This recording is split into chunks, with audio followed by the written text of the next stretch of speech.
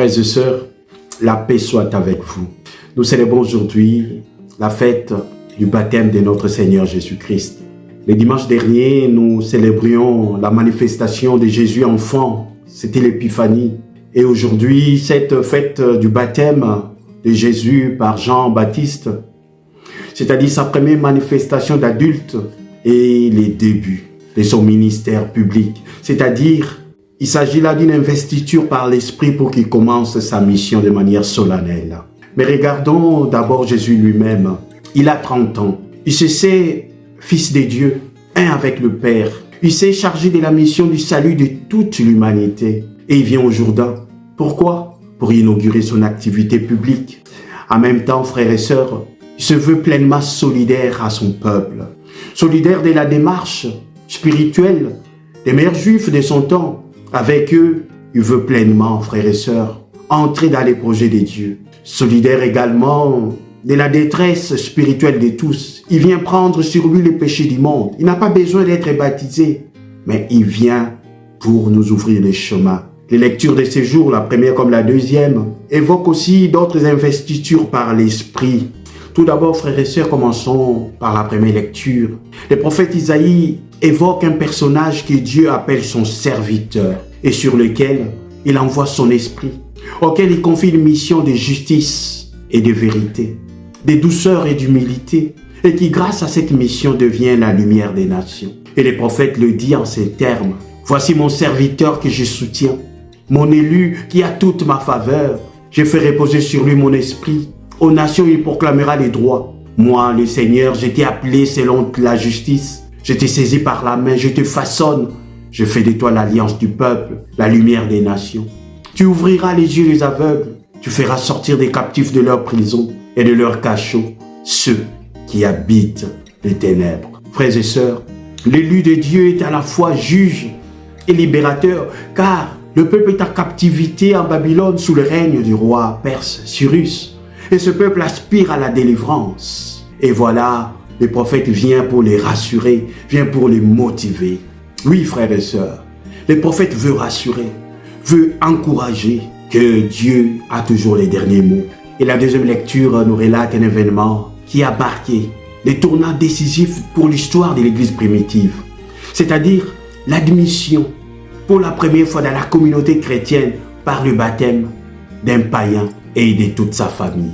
Vous savez, frères et sœurs, jusqu'alors, les disciples s'étaient adressés aux Juifs en leur démontrant que Jésus est le Messie. Mais là, il s'agit de l'universalisme du salut. Et Saint Pierre le dit avec des mots forts. En vérité, je le comprends, Dieu est impartial. Il accueille, quelle que soit la nation, c'est lui qui les craint et dont les œuvres sont justes.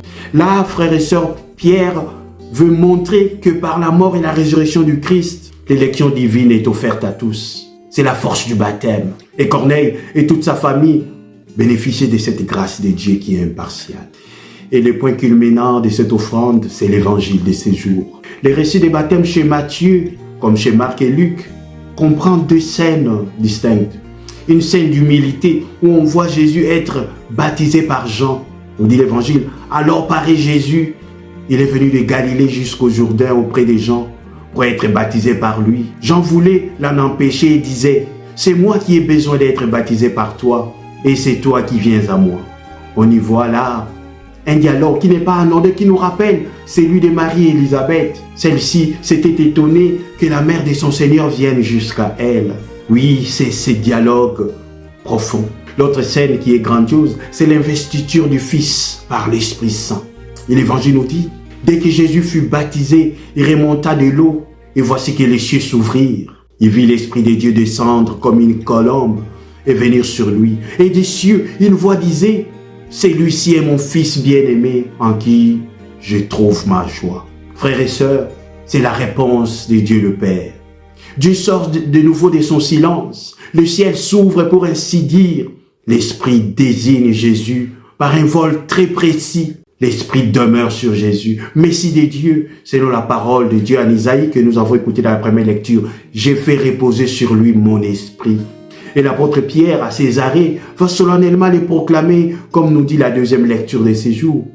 Jésus de Nazareth, Dieu l'a consacré par l'Esprit Saint et rempli de sa force. la voix du Père s'est fait entendre. Tu es mon fils, en toi je me suis complu. Tu es mon fils en qui je trouve ma joie. Et le prophète Isaïe l'avait déjà annoncé, comme nous l'avons écouté dans la première lecture. Dieu lui-même identifie les fils et les présente à Israël, au peuple. Frères et sœurs, Dieu élève celui qui vient de s'abaisser. En réponse à l'humilité de Jésus.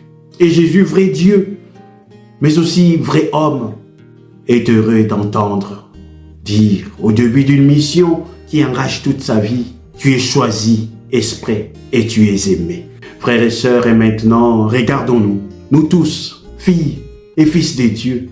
Aujourd'hui, Dieu nous invite à donner sens à notre propre baptême, à vivre notre baptême, non pas comme un souvenir, mais une mémoire, c'est-à-dire être chrétien, en vivant les grâces du baptême, le pardon des péchés, une nouvelle création, l'appartenance ou l'incorporation à l'Église, corps du Christ, la communion fraternelle et l'incorporation au Christ. Voici quelques grâces du baptême.